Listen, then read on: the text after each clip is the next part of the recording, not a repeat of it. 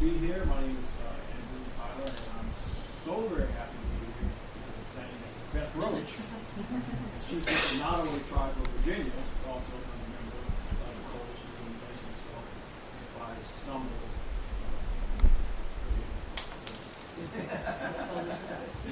so we are the descendants of the original people of this land. We've been here since time began. We've always been here. 500 years ago, we had some visitors came to our shores in their leaky wooden boats, and they're still here too. One of the things that they brought with them was this mindset that, wow, look at all those things we can make money off of and sell and fill up our pockets with gold and so forth, with water and trees and land and so forth. And over here is a bunch of land over here that these people don't have much closer there. They're not doing anything with it, so we're just going to bump them off their land and take it and do what we want to with it, using the term eminent domain. They took our people off the historic ancestral land. 500 years later, we are still here. And we're fighting the same battle that you are fighting now. This thing about eminent domain, about how we can just come as a corporate entity and take something because we need it more than you do. Well, that's something that doesn't sit very well with us as Native people for a long, long time. So we as a coalition are made up of many different individuals from many different tribes here on the East Coast. So we've got pipeline issues and other issues, environmental issues that impact not only the general community, but us as Native folks. Because the Creator put us here. These are our lands. So what we're looking at is issues in Maryland, in Virginia, in North Carolina. You talk about the ACP, but there's also another pipeline that affects us as Native people. That's the Mountain Valley Pipeline. So we're working with tribal leadership up and down the East Coast where these pipelines and other environmental issues are happening, because right where those pipelines are going, there's a farm that's going to be disrupted by that, but there's sacred sites as well. Sacred sites to our people. You know, we don't own land in the concept of owning land. We are of the land. We belong to the land. The blood and bones of our ancestors are in the soil that we are sitting on right now. So this land is all sacred to us. So anytime we have an opportunity to stand up and say, wait, this is not right, we don't need this, for whatever reason, we're going to do it. And not just because of an environmental issue, because environmental issues are important, but for 500 years, we as Native people have been so marginalized in our own land, and that has come. It's time for that to come to a stop. We as the Native people collectively throughout Turtle Island, the United States of America, are standing up and say, okay, this is enough. We've had enough. 500 years of oppression and colonialism is coming to an end. We're standing up. We've got relatives all over this country in different pipeline issues, including Standing Rock. Some very good, dear family members we have that are out of Standing Rock. Not everybody can go to Standing Rock, but we send them their prayers, and we can take the lessons that Standing Rock gives us to apply to our issues right here on the home front. And one of the basic things that we learn from Standing Rock is that when you have a whole bunch of like-minded people coming together in solidarity, in peaceful opposition, I'm retweeting the live feed, sorry. Hello. You know, these people with power take notice. You know, this is a small percentage of people that control a lot of things that are going on, but every day, more and more people are saying, we're coming together. Native people, non-native people are coming together and saying, you know, we're mad as hell and we're not going to take it. And we're standing up. And we are pushing the envelope when it comes to our First Amendment rights and our Fourth Amendment rights. You know, I had a brother out of Standing Rock that was pulled out of a prayer in Indonesia, sacred sweat lodge. He was in prayer on treaty land, and they pulled him out of there and arrested him and destroyed his sacred objects. On land that was given to the people in 1856. So these are things us as Native people that we're dealing with. So it's great that we can stand and be with you and put our efforts along with your efforts to build that mass of folks in the streets together, and we can, in a prayerful way and in a peaceful way, voice opposition and stop this. So, yeah. Andrew, thank you. I think one of the biggest things I've observed from just being a part of the coalition is the level of unity and solidarity that we have come together on the East Coast and then, Dakota. It's really been powerful. And, yes, the environmental side is absolutely embedded in who we are as people. But never in, I think, modern history have we seen such unification, and there's a lot of power in that for sure.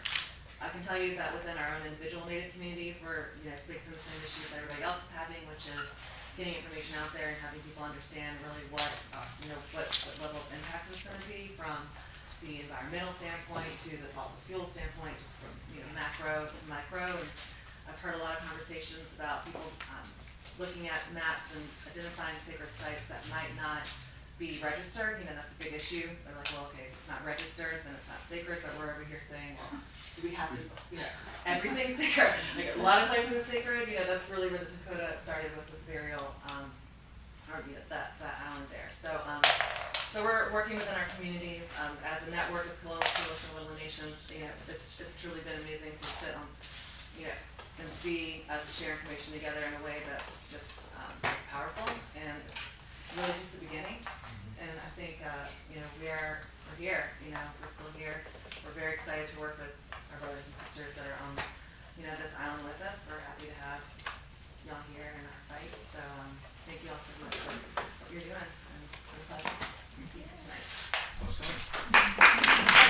Greatest needs and how could folks help with the Coalition of Little Nations? How could we help? Well, I can say, so it's been a few months. Coalition has really been rolling. I started early September. I joined after the powwow, third week of September. So what I've seen is that I guess we're trying to, if you think about the end of the pipeline, it's in Robinson County. I'm sure we'll see some maps come up, but that is the most highly densely populated Native population east of the Mississippi. So that's huge. It's not a coincidence either. Which county is that? Robinson County in North Carolina. Right. Yeah. Is that where the Lumbee? Columbia and the Hiawassee. Yeah. So we're not well heard of. People don't respond to Native voices as well as they respond to other people, and so I think and then also there's you got to think about like the history of Native treatment, and so a lot of people are scared to speak up, and there's also politics everywhere. So I think as those issues come up, we can share specific things that I know that they're going to start going through their permitting processes as well, and I don't know if they're exactly at the point of like the compression station is right now, but I know that it's coming down the pike, and so I can see I don't know if would a Virginia voice sound off in North Carolina? That's a general question. Is there any land in Virginia that's particularly being impacted that can contribute to? Yeah. Yeah, coming through Not, well, we ACP a little bit, but this is more, with the Mountain Valley Pipeline, coming up in the northern parts of Virginia, and this is, where the Monacan people are. So we're working with them in identifying, issues involving the Monacan people, with regard to the Mountain Valley Pipeline.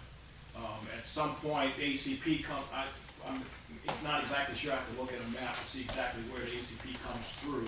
But all of that whole area of northern and northwestern Virginia, that's all Monacan territory.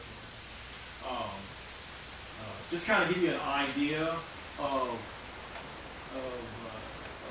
Virginia natives. A lot of concentration of native folks on the east coast, eastern seaboard.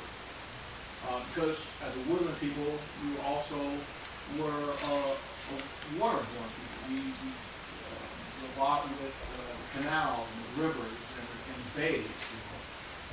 Unlike our brothers and sisters out west who had to follow the migration of the buffalo to get all their needs, we didn't have to have that migration. We had permanent structure. That's why we did live in teepees, like people like we did. Because everything we needed was right there all year round. And you move farther west, the density of the population kind of diminishes a little bit until you get up into the mountains. The mountains populated primarily by the Monacan people, but then also we had people who came back or hid out in the mountains, escaping the trail too. So, and when they live, that's where they set down their roots, that's where they bury their dead. And again, as native folks, that's our ancestors, our blood and our bones are right there in that ground. So regardless of what the state of Virginia says or the federal government says, to us as a people, as a culture, that's holy ground. That's sacred ground. And that's something that we would like to protect. Did the coalition get assistance, or were they able to file comments on the Mountain Valley Pipeline on behalf of the coalition of organizations? A gentleman by the name of Dwayne Painter has, he's one of the original founders of the coalition, and he has submitted in writing to various different agencies regarding the Mountain Valley Pipeline and the Atlantic Coast Pipeline. But like Beth said, the coalition came together probably in about the fall of last year. So as we are collecting our information together and getting our membership together, we're, planning as a group what our next moves are going to be. But individually, we participate in movements like this. For example, we have people that are in Maryland that can do things in Maryland. We have people that are in Pennsylvania that are doing things in Pennsylvania, North Carolina. So, like, those people couldn't come here tonight, that's why we're here. Yeah, I think many Virginians don't really understand fully the racism against Native Americans and African Americans that this state had that lasted up until God knows when. And still exists, but I mean, institutionally, in terms of laws on the books, was there. I mean, there's a reason there are no federally recognized tribes in Virginia. One. Here. Have they been, has it been finalized? Yes. Okay. And it goes back to the fact that when the federal government asked, the state of Virginia said, we don't have any Indians in Virginia. Yeah, that's We don't have It was colored illegal. people. We don't have colored people. Yeah. And so I think to the extent your comments can really hammer on the issue of environmental racism and the history of that, the Native people's voice was so powerful in Keystone and in Dakota Access Pipeline. Your voice again, I think, is very helpful to be heard in these cases. And you've touched on a very, very critical point with regards to Native folks. And I mean, the environment is important to be sure, but when you're talking about environmental racism and racism against Native folks in general, we're still dealing with the aftermath of a gentleman by the name of Walter Pfeiffer, and the Racial Integrity Act in 1924. We're still fighting those issues we weren't considered citizens until 1924. And even then, we didn't have the right to participate as a U.S. citizen would. So our voice, even up until that time, up until this time, has been marginalized. It was not uncommon for the state of Virginia or the federal government to come into your house and take your children from you against your will and put them in boarding schools. The idea was to kill the Indian and save the man. That was their motto. And they were forbidden to speak their language. That's why a lot of folks that you meet who are native cannot speak their language. I think that there's the environmental side of what this is bringing up to light, and we see this in South Dakota, is the issue of sovereignty and self-identification, and that, that's something where it is kind of like a two-pronged, issue thing. So if you look at the treaty in 1856, you're like, okay, well, that's a document, or that was supposed to have been honored, and we haven't been doing that, and that illuminates kind of this experience that we've all had. I mean, in Ottawa, we had broken treaties of the Crown and with Virginia, and so this, yes, any Native person, of course, are not surprised, they can cite you so many examples of these similar violations. The coalition is in its infancy, but the vision is that we are this overarching umbrella, and that we're going to have all these different chapters. And so I'm not away, I'm a community organizer for my people, and we're all working together. And so we really, welcome advice on that, because we're all learning as we go and seeing where our story fits in. Let's go. Everybody, my name's Phil. I'm a member of NoACP. We're a group of about 6 or 7 folks, roughly, that have been organizing against the Alantic pipeline since we heard about it when it was first announced.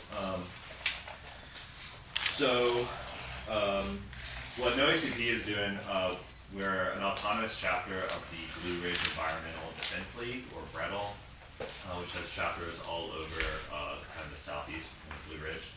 But what we're working on right now is organizing a series of direct action trainings and workshops around the state. And we have this with 2 goals in mind. First, that each community will have a better understanding of the tools they need to continually develop their own homegrown strategy, incorporating their own local knowledge and resources into ongoing fossil fuel resistance as we all move forward and struggle together. And secondly, to listen to each community and learn how their local strategies can connect to other groups of resistance that we visit throughout the state, and how we can try to help cross-pollinate and amplify each other's resistance, so we can present a multi-front and multifaceted opposition to the Atlantic Coast Pipeline and other fossil fuel projects and infrastructure. So we're visioning these trainings of kind of being 2 rounds or 2 separate sessions. The first focusing on general goal setting and strategic practices, and so kind of nailing down that foundation that we can build upon, so we can organize and work smartly. And that kind of second round being more hands-on practice and practical exercises and planning and actually performing direct action. And so we do this recognizing that communities are already in the midst of organizing against the compression station and other parts of the pipeline and that process. So our aim is not really to reinvent the wheel, but just provide a different lens or perspective of direct action onto the struggle. And so, and then additionally, while we're doing this tour, we're trying to create a kind of timeline of resistance. So as we go through these different communities, everyone that's there can kind of put down important points in this struggle against the ACP, Mountain Valley, and kind of other things going on in the state. So we can kind of create our history together, and we're going to take that around and kind of build that. And so I think that'll be a cool tool for us to help visualize where we've been and kind of where we're going forward. So we're still planning and trying to nail down our locations, and this is one thing that we could really use help with, in terms of contacting folks that are in Friends of Buckingham or Nelson, and other places. Right now we're planning for 6 scheduled workshops, in Buckingham, Loudoun counties, Staunton, Roanoke, Blacksburg, and Hampton Roads. So if you have specific contacts in those locations, and can help set us up with a location to perform the workshop, or lodging, we would really appreciate that help. Could you repeat those again? Yeah. And then maybe if you know some spaces or communities that could host, you can write it on a piece of paper and give it to him after where the speakers are finished. That would be great. We also have Weston and Robert over here. They're also members of NOCP, so you can talk to any of us. But Buckingham, Loudoun, Staunton, Roanoke, Blacksburg, and Hampton Roads. It's Stanton, just so you know. Pardon? It's Stanton. Stanton. If you say Staunton, they know you're not there from there. Yeah. Question. Yes. So you said lodging. Is this planned to be like 2 days in a row or a weekend? Yeah, so we'd like to do kind of one big, like, swooping tour, and that's part of the discussion we're still having internally, as well as, does it make more sense to do like a weekend here and a weekend there, or can we kind of set up, a couple days in a row that we can do an actual Like a tour. Yeah, because we're a volunteer organization. Some of us work 9 to 5, like myself. Other folks are working the service and restaurant industry, so they work on the weekends. So that's part of the scheduling part that we're still trying to figure out, and we'd love everyone's help with. And as far as like expected numbers, how big do you think this is going to be? Because that'll affect the location. I'm not really sure, and I think part of that will depend on each locality. So we are we are hoping that the individual local groups will help give us an idea of, because they know their communities best, right? Because we're all, NOACP is based in Richmond, so we're hoping that Friends of Buckingham or the folks in Stanton can help us kind of gauge that from the activities that they've already been engaged in. So yeah, it could be, a room like this, a VFW hall, whatever, someone's home, whatever makes the most sense for their community. Do you have a direct action training planned in Richmond anytime soon? I don't know from NOACP specifically, but I work with other activist groups in the city as well. I know that there is some sort of street tactics, street defense workshop happening on the 15th, that Sunday coming up, and that's focusing more on the presidential inauguration stuff.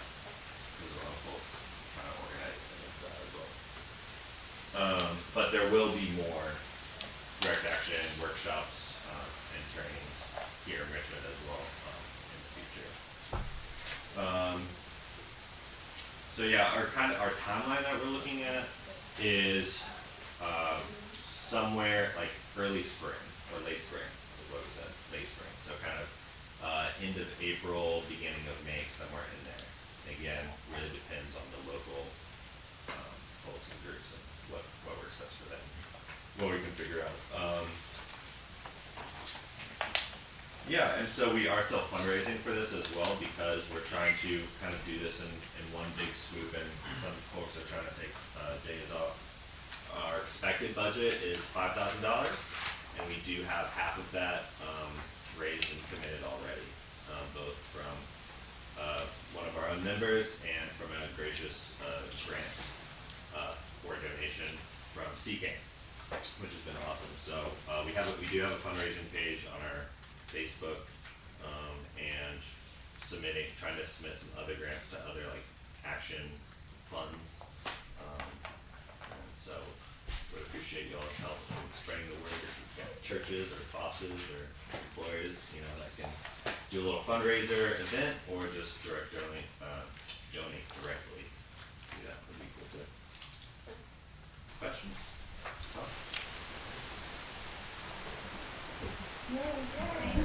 To my house today, and this is the paper version. When my wife Tyler actually must have applied for the paper version. It is available online, and I can post it on Facebook. 3 volumes. That's 3 volumes. That's not 3. That's 3 separate volumes. This is volume 1, volume 2, and volume 3. Okay. So this is one environmental. This is one draft environmental impact statement for the Atlantic Coast Pipeline. Okay. This was actually released like last Thursday or Friday. There was a really good article actually in the Richmond Times-Dispatch about it because it highlighted all the opposition to it on the 30th of December. And I think it's real important for everyone who's not just concerned about the pipeline, but concerned about our country and our environment relative to where we are to recognize that we're going to have to get educated. Whether you become an expert and active on the law and the NEPA process, talk about what NEPA is, or whether it's direct action or whatever it might be, I think that now is the time to get yourself educated. That's not to say we aren't already educated, but we need to learn more about different things. Depending on where your interest levels are, the time for a greater level of commitment couldn't be greater. And I honestly suspect that I'm already talking to the converted here in this room. But the other folks who couldn't be here or who aren't here, we need to find ways to engage them through the trainings that Phil talked about. The club is looking at doing some trainings too, not just on the pipeline, but generally, because it's really important. So let's just talk about the NEPA process for a second, and then I'll broach the topic of how we win. NEPA stands for National Environmental Policy Act. This is one of the foundational environmental laws that was passed in this country, I think in 1970, but thereabouts. NEPA doesn't stop anything. What NEPA does is it requires them to do a thorough environmental analysis in any federal action.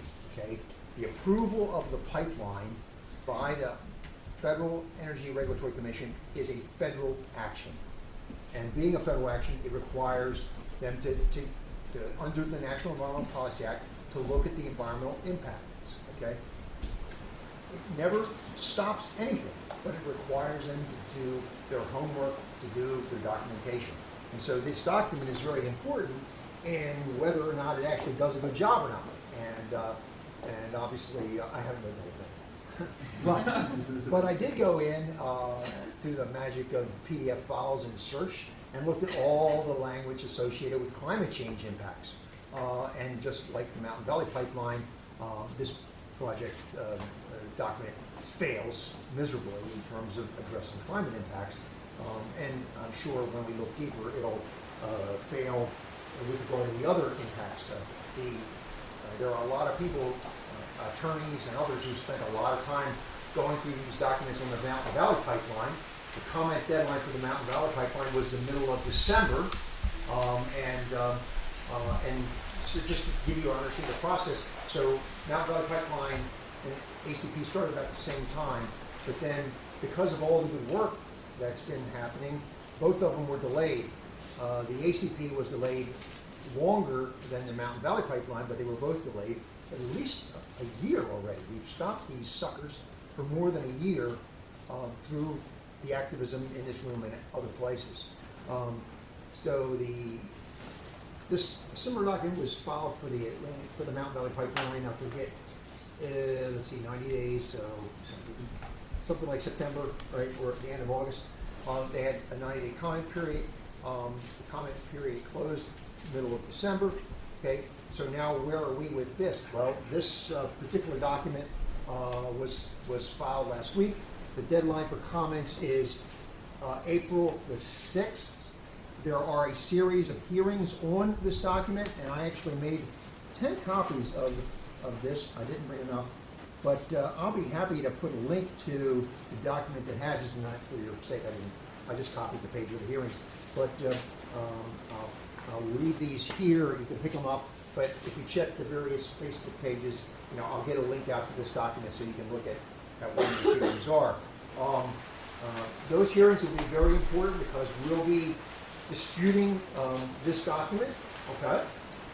And just like with the Mountain Valley Pipeline, after you get through that process, the Federal Energy Regulatory Commission will take a look at all those comments and they'll just approve the permit. That's what they have done in the past. Okay? Why NEPA is important, even though it never stops anything by itself, is that if they don't do a good job, we sue the bastards, okay? And we go to court and we say they failed to adequately assess the environmental impacts associated with the impacts on groundwater, or steep slopes and erosion and water quality, on historic properties, on environmental justice, on climate, okay? And if we can demonstrate to a judge that they've not done their homework, the judge says, wait a second, we gotta go back and do it again, okay? And what the legal process allows us to do is to keep making them go back and do it again until they get it right. And if they got it right, okay, then they would opt for what's called the no-build alternative. Because every time, one of the things that the National Environmental Policy Act requires is that they consider the no-build alternative, right? Which is what we want, no-build alternative, right? If they got it right, they would have a no-build alternative, okay? And we're going to be commenting and hopefully litigating until they are forced to conclude with a no-build alternative. The other alternative is we basically wear the bastards out.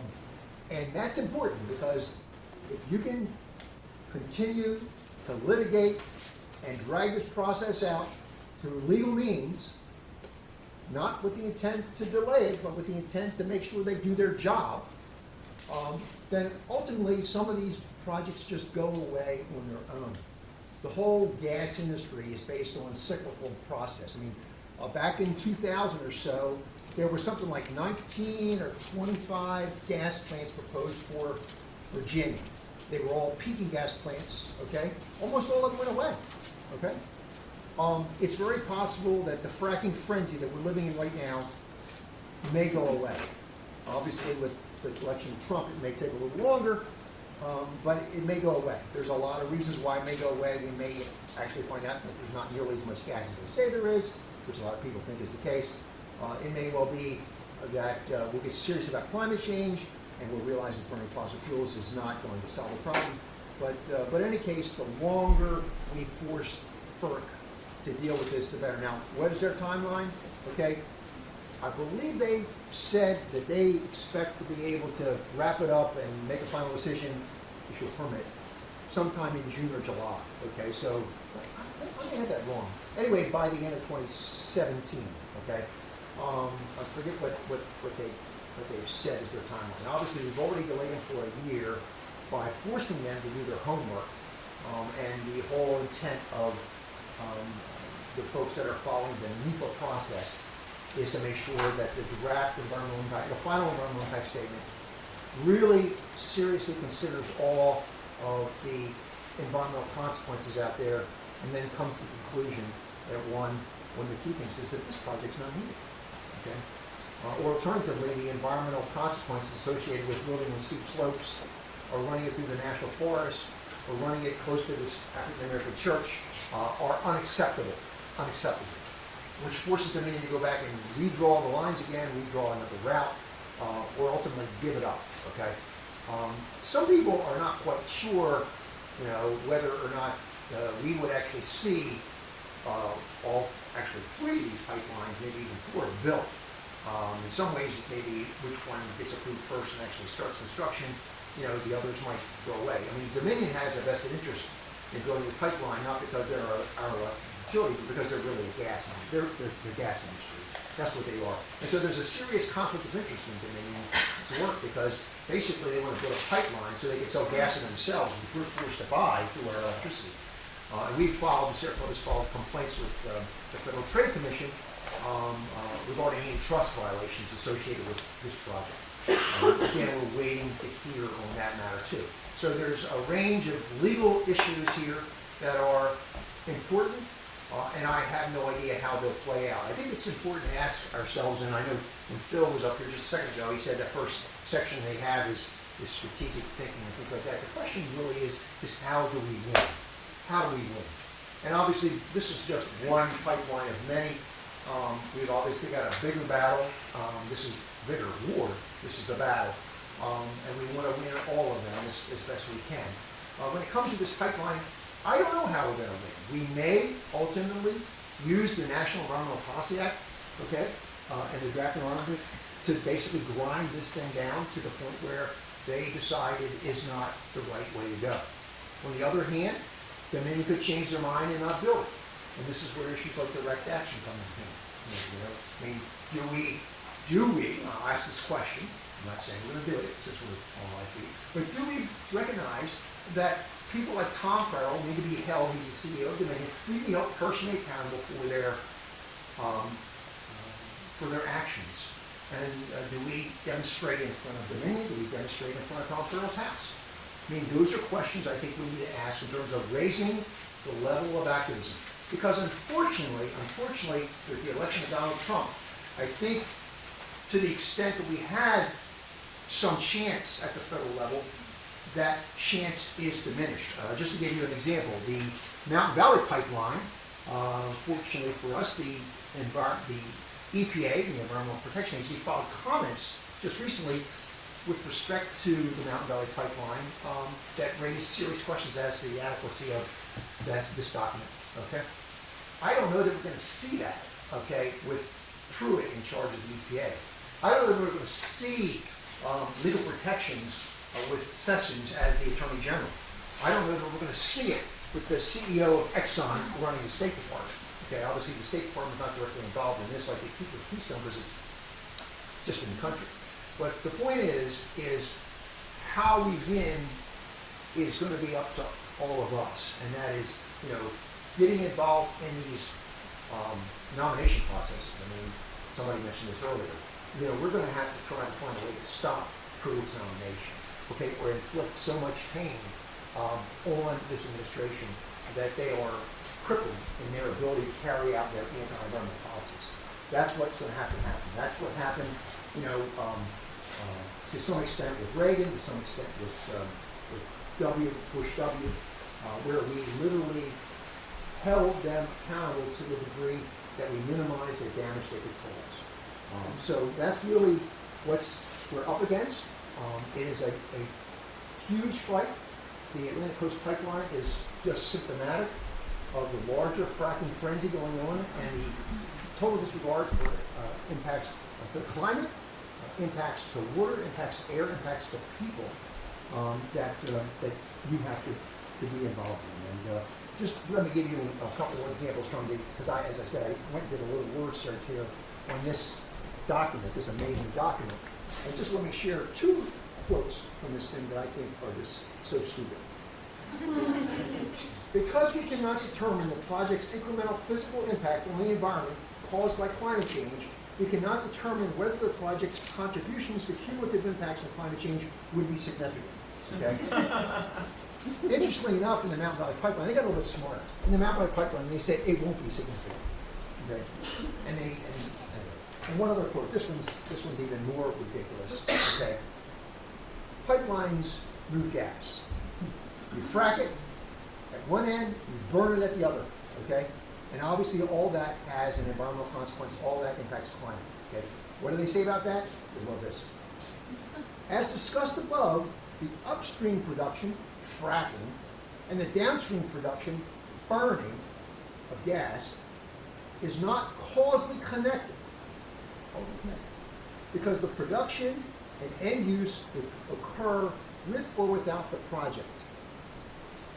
First of all, what the hell does that mean? And besides that, it's wrong. So this is the kind of gobbledygook that this document is full of, and that's why we will be harnessing the best minds that we can get, the best attorneys that we can get to basically show to FERC or show to a judge that this document is not worth the paper. Unfortunately, a lot of trees gave their lives for this. does not make a paper fit. So doesn't this last sentence completely discredit the argument that we needed? Like if they say they're gonna frack it and they're gonna burn it whether or not this pipeline is built, then why do they need the pipeline? I think what they're saying is that the question of need is a very important question, and that is something that the NEPA process should look at. Okay, there have been a lot of really good testimony showing that there are existing pipelines that could be enhanced, or that you can move more gas through. There's been significant questions with regard to the actual demand in terms of need. Okay, so need in terms of do they really need the gas, and need in terms of do they really need the pipeline because they move the gas somewhere else. Okay? I'd have to read it again to answer your question. The point is basically that what they're saying is that in considering climate change, okay, we're not going to concern ourselves with the climate impacts of the fracking that's increased or with the gas that's burned, because they're saying the gas would be used anyway. Okay, now I don't know how that would be, but that's what they say. Well, in terms of direct action, at OACP, we've set a precedent in Richmond for direct action already. What? Sure. We're looking for direct action here. Are you going to someone committed to the Sierra Club to get Sierra Club involved in direct action since you've said that that's something that you want to do more of locally? So this is a very complicated question, and the whole concept of direct action in terms of civil disobedience is a very important tactic and also a very effective, which requires great deliberation. I think I'm going to post this on the website. This publication, Bill McKibben put out a really great piece just in December called "How the Active May Overcome the Ruthless Few." Okay. With regard to the Sierra Club's involvement, there is a review. I'm talking about national policy now because this is a national organization. There is a review going on right now to determine the club's position on civil disobedience, because the club has had as a part of its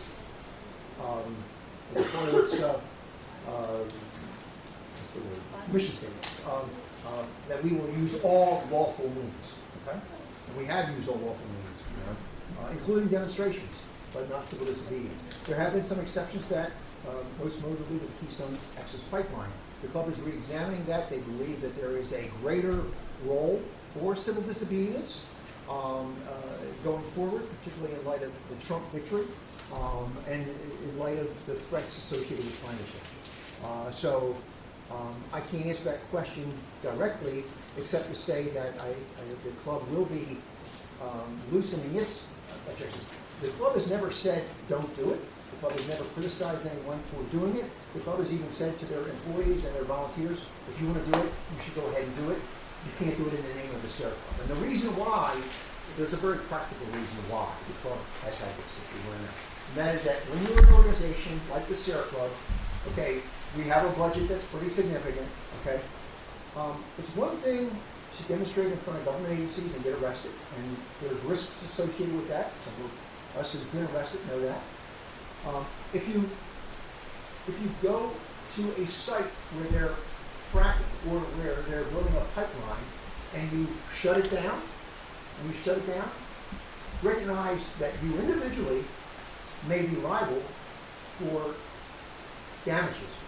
Recognize that as an organization like the Sierra Club, not only are you liable for the damages, let's just say they shut down pipeline construction project for a day, okay? They're going to tell you that that cost them $1 million. On top of that, they're going to ask for $20 million in punitive damage, okay? If you go to a jury in some friendly county and they make a $20 million damage claim against the Sierra Club and the Sierra Club loses that case, the Sierra Club no longer exists, okay? So the whole issue of civil disobedience is a very important one. It's a very important tactic. The club looks at it very closely and has re-examined the position on this. The question is where and when you use it to good effect. And that's why I would highly recommend everyone to read Bill McKibben's piece, and Bill has been interested many times in the piece on pipeline health project with regard to the employment of direct action and particularly civil disobedience. Obviously, I have great respect for that tactic. I've been arrested myself, not on the environmental matter, but on another matter, like the vaginal probe. So, Where was that published? this It's actually, if you go into Google, and you just Google McKibben, I'm sorry, I'll post it on a couple Facebook pages, your Facebook page. But it was a Jonathan Schell, Schell lecture that he gave in December. And I was able to find it online, and Sid can't send it around too. It's really a really thoughtful document on what we need to do, and one of the tactics is in the students. So, sorry for the long answer, but it's a complicated question. Yeah? I have a question about the litigation. So currently, I'm Lily. I do a lot of puppet stuff, a lot of big puppet stuff in town and all over the world, and Vermont with Vermont Theater, and we will be in a couple of weeks too. So, but when I went to Standing Rock, I went as a massage therapist and a herbalist and an aspiring medic. And what was interesting about the moment that I was there was the timing that I had. And I arrived on the 6th of December, which was the day after the evacuation. So to go a few days before I got there, just to paint a picture, it was the vets arriving Saturday and Sunday. They went from 600 in Nochetti to 16,000, and then back to 600 in 2 weeks in Nochetti. And the vets had arrived. They got the news of the denial of the easement on Sunday. Blizzard started that night. Vets had a lot of people who showed up not prepared. So when I arrived, I was stranded in the airport for a night because all the roads were closed, and it was a mass exodus. And Dave Archibald was saying, go home, but neighbors to your meeting were saying they need this and they need that, and like specifically a lot of sick people when I arrived. The day I arrived, it was 300 cases of hypothermia. I assisted in 20 of those, and it was 10 cases of frostbite. So when I arrived, it had shifted from direct action mode to emergency mode. And so I spent my time working between the casino, which is 7 miles south of the camp, and the 3 medic stations, one on Sacred Stone, which is where it all arrived, and which right now has about 1,200 people who are planning on to stay. They've built a Cobb, a lot of you probably know all this, but a Cobb schoolhouse. I mean, there are structures that aren't going anywhere that are built with, like, the Cobb schoolhouse is built with warming, integrated warming bench. Because I mean, it's really thoughtful buildings being built. And what I was told more than once, that it was shifting from a fight about the pipeline to a sovereignty fight. And so Rosebud only had about 300 people, and all of this was south of the Cannonball River, but right across the river. And when I was there, you could actually walk across the river, and a lot of people were, and they were praying on the river. And then Ochetti is still the front line. The drill was still drilling when I was there after the news. The lights were on, the helicopters. The first 2 days I was there, the weather was so bad that there were no helicopters. Actually, there wasn't many people.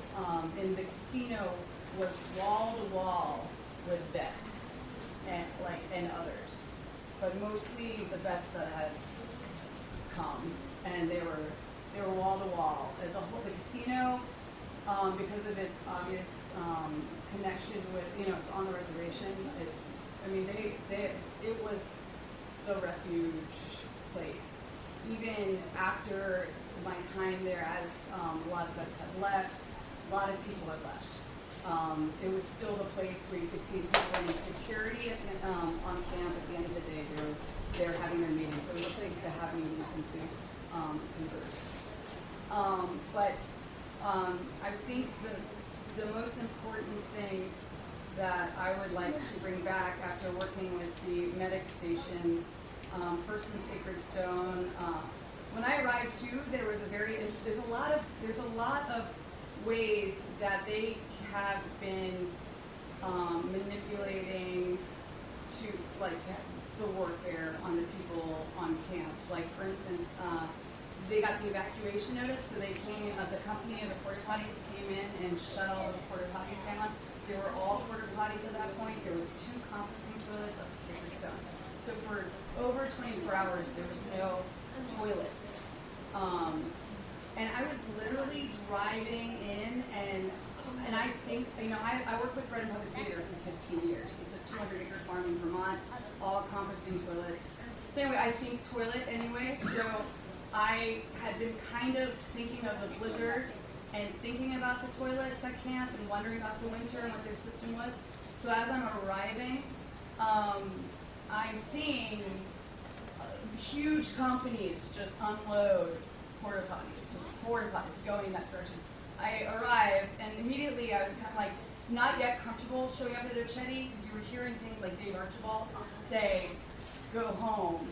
So I wasn't trying to just go down front line before I knew I was invited as a non-member. So I went into Rosebud because I knew the security there from Charlottesville. A lot of Virginians, FYI, are there. I mean, people talk about it. Like they're like, oh, another Virginian. Like it's very interesting in that sense. Oakley, keep it down, guys. And so anyway, so Rosebud is kind of, you have to walk on foot to get to Sacred Stone was a 30-minute walk. So we parked in Rosebud. I was told, because I'd already been working with the medic station, the emergency medic station that we put up in the pavilion during the blizzard. That was when I arrived. At the casino, I was told they need help at Rosebud Clinic. So I arrived, I kind of peeked in. It was kind of low key there. Mostly people just chopping firewood at Rosebud.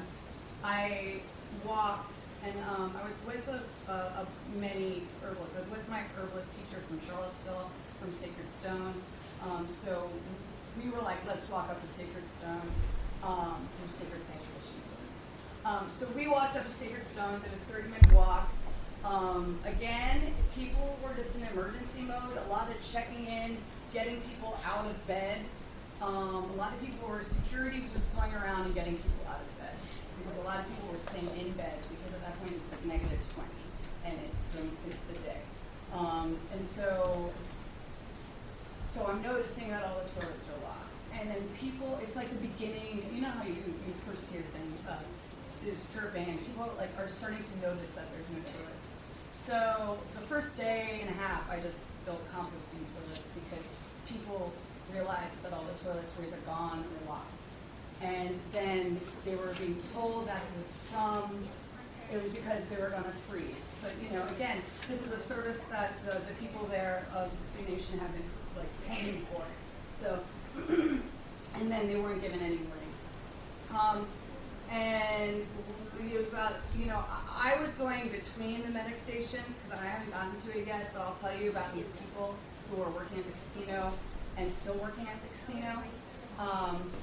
But I had been in touch with a bunch of doctors. There's a lot of concerns because in just 24 hours, there was a lot of sick people, and then, people who aren't properly, with the system, the toilet system, there's a lot of sharing of buckets and then we put it. So the first 24 hours that I got there was all create the system that works. Patricia Arquette came in on the next day. I didn't see her, but almost immediately you heard, Patricia Arquette, all these army tents got put up, and there was 4 in Ochetti. In each army tent there was 14 toilets.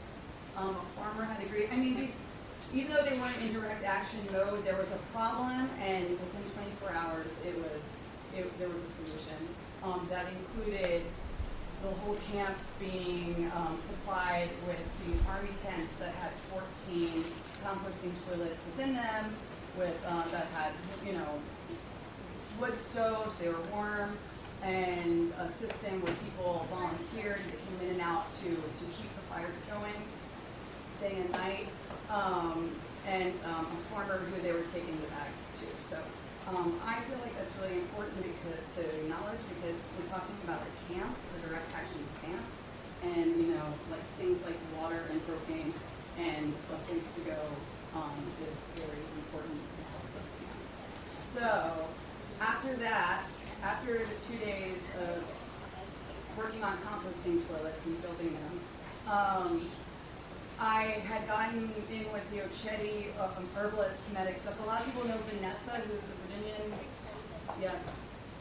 And I got arrested with her in 2015 when the puppets all got arrested, and well, a lot of faces were there. And that was a very nice and fun, well-rounded action. And Vanessa is crushing it. She is a leader out there, and she's a Virginian and a native, and she was busy. She had people following her everywhere. But there's a moment when we got some time together, and she broke down the transition from the beginning of the medic, where it was one little tent, to now it's literally a medic town. There's the allopathic tent. It's all just under Ochetti, which is the one camp that's the front line. So it's north of the Kanawha River. And then you literally, like, the lights are shining down on them at night. I mean, the bridge is right there, and then all of that road is right there. So it's like, if everyone's visual. Okay. So we'll say here, we'll say that's north. Here's all Dapple, okay? And then here's Ochetti. And it's beautiful, beautiful. And here's the Kanawha River. And the bridge where all the direct action is here. Here's the river over Kanawha and Turtle Island up there. And then there's Rosebud and then Sacred Stone. And Sacred Stone is LaDonna's property, and they're not going anywhere. LaDonna is inviting people to stay. And I don't want to take too much time too. But anyway, I was lucky enough to talk to Vanessa about the growth. Allopathic, herbalist, the herbalist tent and the herbalist medicinal route is the #1 route that everyone's using out there. The fireside, I mean, it's active, it's so full. Places to be warm are really, like warm space is gold, and at this moment, and I mean, you couldn't be outside longer than 20 minutes, it's frostbite. It was hard for people, so and a lot of people are sick. That tent, the herbalist tent was wall to wall, and there was not even room for the herbalists in there. So I did a lot of supplying. There's so many, they have a whole supply tent where people all over the world are being very generous. So there's little supply, there's a midwife trailer, there's a Ochetti bodywork yurt that has 7 tables, and once I found that space, I'm a massage therapist, that's where I spent my time. I massaged like over 60 people in 3 days. It went a lot of frontline people, a lot of people who got, literally like elders who have mace still coming out of their eyes and tear ducts, and people, I need to say that they're using chemical warfare on the people there. It's real. I hear it in people. I saw it on their chest. There's deformity of the lung cap. I mean, there's literal physical deformity. And when I was there was a lot of people from legal who were collecting samples, so they're trying to get to the bottom of it. And actually, the last thing I want to talk about is these people who are running this medic space over in the casino, who've been working with the 3 medic stations on camp. So anyway, I really got to hear the respiratory problems. I got to see it, and I heard the stories over and over again. The low-flying planes that began in about September, and people, and a lot of the youth and the people I worked with, who just I'm honored to have been able to work with them. They call it the dusting. We got dusted, and we're like, oh yeah, our showers, and they're doing what they can, and I wouldn't call it normalizing it, but it's like the stuff that is horrific is it's just part of the vernacular. It's the chemical workers that are happening. And so we only need to look and listen to that and hear it and not throw it under the rug. Anyway, their system of medic situation out there is highly integrated. Allopathic is working with, it's a high level of healthcare that they're doing. They have wellness spaces and yurts and social workers. So again, I was there not during direct action. I wasn't oriented in anything but thematic orientation. There was no orientation when I showed up. They stopped letting people into a jetty. I was providing a service. They were letting people into a jetty who were providing services. There were some folks still arriving to set up tents, but mostly the people that were coming to stay were going to Secret Stone at that point. Things are night shift. It's funny because I've said it a lot, because I know if we think we don't know what's going on, they don't know what's going on camp. They called it like every one person has one thing to say. The sacred fire went out when I was out there in the 2 days, 4 times a day, and people were coming in having traumatic responses to sacred fire being put off and put on again. So there was it was a moment of massive transition, both physically from direct action into healing and emergency mode. So I don't know where they are right now. Again, this was December 6th to December 16th. So last thing I want to say is the folks over at the casino who are working there have been there for now 4 months. The person's name is Vanessa, not Vanessa from Richmond, from Virginia, but Vanessa. She has been using her own resources, over $10,000 for 3 months, to put the most vulnerable off the camps into a place to help them transition home. I'm now working with her. She has been reaching out to me saying she's out of funds. I do the puppet stuff, all the puppet things, the spaghetti dinners. I'm thinking about what I can do next to try to get her some money, but she's literally might lose her space. She puts up between 6 and 20 people a night, and has for now 4 months. It was 3 months when I was there. They see about 60 people a day. Each one of these medic tents are seeing 60 plus people a day. I would say on camp a lot more than that. So I'm going to work specifically with Vanessa at the casino because I got to work at the camps all day and then go back to the casino. I adopted water protectors every day I was there. I'm actually thinking about starting a program for people who want to just support, because now that I understand the connection between the casino, 7 miles down the road, to the camp, and how people that haven't had a shower in a month who need to go take a shower and have a night, $100 to put up. We had we stayed at the casino because I didn't want to be a liability. I am from Richmond, Virginia. I knew that I would be freezing, so I chose to use my resources to stay at the casino. However, I was able to put up 10 people a night. Every day, the builders and all the people who, whoever I found that needed a shower, we would shuttle back. My cousin would shuttle back to the casino. So I understand now the importance of the casino, which is called Prairie Nights. I don't know. I think that's the part of the story I really want to share, because I don't think people understand that there is allies down the road who are natives who are in this massive casino. That we can during the winter support if we know people that need a place to stay. There's already a GoFundMe for Adopt Water Protectors. That the person who I adopted when I was there, Randy, who's one of the builders, he went ahead and made for himself. It was a good idea. We were joking about it the whole week. Jokes are the source of good ideas. So, oh yeah, I'm gonna have a dinner. And I don't know if I'm going to do it next week, but I was thinking about doing it next week. I was either going to, I want to have people over to my house who are interested in supporting Vanessa and the wellness center, the wellness rooms. Sometimes they would have 3 or 4 rooms. I'd like to say just one case that I helped them out with was this person who had so much grief that he had PTSD, massive amount of grief that I know I can't relate to at all.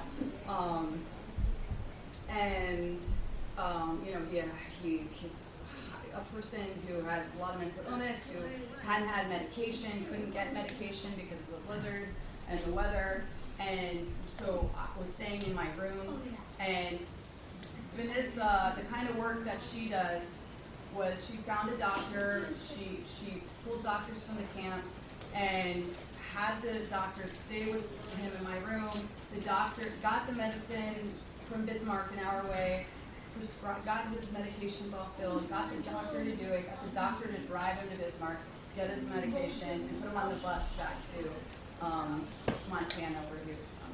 So, you know, they're just doing that kind of, it's like the social worker at the hospital who is trying to actually like discharge the people who are the most vulnerable and, you know, might not have anywhere to go. Because right now, the most vulnerable on camp will, I mean, it's like, they were just trying to get them out of there, because it's not a place for them right now. It's highly, it's freezing.